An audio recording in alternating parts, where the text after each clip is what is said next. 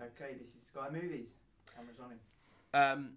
So a film that's already generated so many column inches. We've been talking about it for over 12 months, it seems. Have you been surprised by how much people have been talking about it? Even though despite the director and the subject matter. Well, if you say sex, everybody starts talking immediately. So it's and when Lars von Trier, who's one of the greatest directors in the world, when he says he's going to do an absolutely explicit film, everybody gets a hype, and of course it's not a porno film. So if you go there to be aroused, you will be disappointed. Why is sex so controversial? Why do you think that is when everyone has sex? Yeah, well, it is the big desires we have, human beings. It's sex and food. I mean, that's what interests us. And because of religion, basically, sex has been taboo. So, I mean, to me, it's not a problem. I come from Scandinavia. I'm an atheist. I think of my genitals as just another body part. Have you noticed a difference? You mentioned you're from Scandinavia, which historically is more liberal on matters like this than perhaps America is. Have you noticed a difference in how the film's sort of being treated around the world? It hasn't opened in the Anglo-Saxon countries yet, but I'm looking forward to doing press in Salt Lake City and Kabul. What about Britain? I mean, do you think? I mean, there's this stereotype of a prudish Brit, and don't talk about sex and all that kind of stuff. But you talk about it all the time. That's the ultimate proof of how prudish it is. I mean, if you don't stop talking about it. But no, I don't think it would be any problem.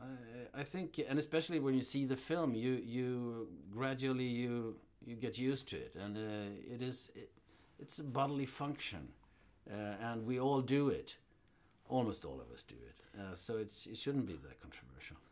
It's about sex addiction, which is an illness, you could say, certainly in this way. I mean, why is that as an addiction not been explored either, when I'm guessing more people have sex than take drugs? I mean, I don't know.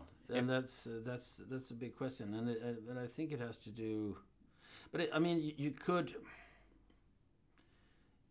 Showing sexuality on screen could be exploited in a way that is not necessarily nice.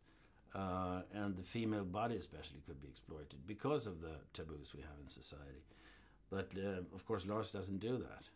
It's because it's the sex that he portrays in this film is not even sexy. You've basically answered the question. It's the least sort of sexy, explicit film you could possibly go and see. And yeah, if you want to come off, you should rent something else. Yeah, you should probably go on the internet or something. Yeah. But I mean, is that a big thing you're trying to push and say when you're sort of publicizing this film, that it's not pornographic? I just answer your questions. I have no agenda when I'm doing the publicity for the film. I want people to see the film because I think it's a fantastic piece of art, and it's a fantastic piece of storytelling. It's like a solid 19th century novel. It's like a brick novel, and it's a universe that touches on so many subjects, but it's a universe you want to be in. I saw the 5.5-hour version, and I could easily have seen 2 more hours, because you want to stay in that world for a while. I mean, and at the heart of it, your character is sort of the philosophical light relief as well. It's quite a funny film, isn't it? Yeah, and the central relationship as a film is very platonic. It is. What were those scenes like filming with Charlotte? Oh, it was wonderful, of course. I mean, it's a very strange character I'm playing. On the paper, he's just an empty idea, really, because it's a man who has no experience of life whatsoever, but he knows a lot from books. And he's confronted with Joe, who's extremely experienced in life and sexuality and everything. And I'm a virgin in the film. But spending those 2 weeks, we shot all those scenes, which is basically an entire feature film in dialogue only. And we shot them during 2 weeks in Munich on stage. And it was lovely. I mean, Lars was there, a crew that I knew very well, and Charlotte, and it was extremely concentrated, at the same time lighthearted and fun. But the atmosphere was very dense in that little room, and it was very intimate. it's some of the best weeks of shooting I've ever had. Let's talk about Lars, because he's not publicising this film after the whole Cannes fury. Is that disappointing? You think that we can't hear from him? Well, he expresses himself pretty much during the 4 hours you watch the film, so I don't think he has to say that much more. He hurts still from the Cannes experience, and not from partly from, of course, that the press. Everybody in the press knew he wasn't a Nazi, and yet the headlines were that he was. But also from the cowardice from the Cannes Film Festival that first asked him to apologize, which he did, and then 2 days later declares him persona non grata. And that was the film festival that had the title "The Festival of Free Speech."